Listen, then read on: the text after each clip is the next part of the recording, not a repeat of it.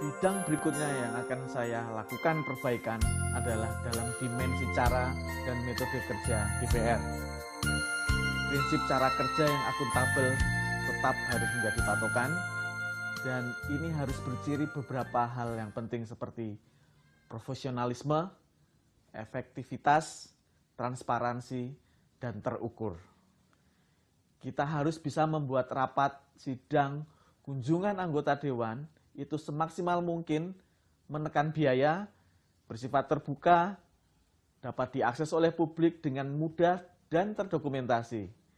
Saya yakin dengan penggunaan teknologi informasi seperti misalkan pemberkasan secara digital dan video call dalam setiap alur dan proses kerja anggota, pimpinan, alat kelengkapan, dan kesekretariatan DPR, maka itu dapat mengoptimalkan produk yang dihasilkan, yang kemudian dapat secara ringkas, secara praktis, cepat dan mudah, dan dimonitor sewaktu-waktu.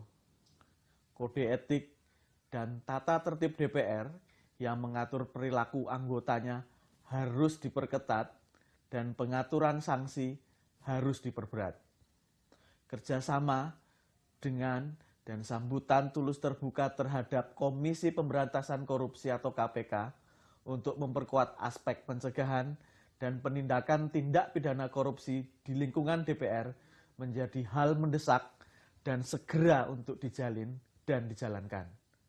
Akan lebih etis jika DPR bersedia melepas kewenangannya yang terlalu jauh dalam pembiayaan kegiatan pembangunan.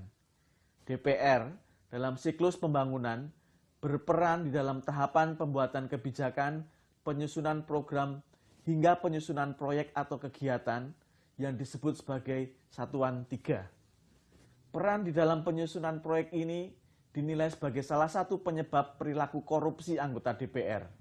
Hal ini diperkuat lagi saat panitia anggaran DPR bersama pemerintah melakukan rapat pembahasan anggaran proyek. Banyak ruang gelap yang bisa dimainkan DPR. Dan kali ini harus dibuat terang. Saat ini saya bangga dengan apa yang telah dicapai Wawan.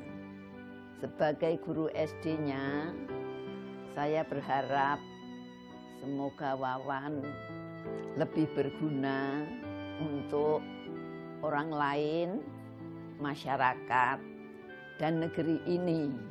Saya dengar Wawan itu mau nyalek, harapan kita Wawan itu jadi ya Pak ya. Kalau Wawan jadi, yakin Wawan itu bisa berbuat banyak untuk masyarakat. Amin. Saya akui bahwa bicara mengenai rencana, harapan, dan janji jauh lebih mudah daripada merealisasikannya. Saya juga sadar bahwa akan banyak halangan dan rintangan jika saya terpilih menjadi anggota DPR dan mewujudkan pembenahan. Namun saya tidak ragu untuk mencoba melakukannya. Saya juga tidak gentar untuk mewujudkannya, apapun resikonya. Saya sangat berharap saya bisa berhasil. Namun, jika tantangan yang saya hadapi terlalu kuat untuk diatasi, dan itu membuat saya gagal dan terlempar keluar, saya tidak akan pernah menyesalinya. Saya bersyukur karena pernah mendapat kesempatan dan mencoba melakukan perubahan. Kesempatan itu hanya bisa saya dapatkan jika Anda memberi kepercayaan dan dukungan kepada saya. Selamat memilih, mari patri janji bagi negeri dengan bakti semurni nurani.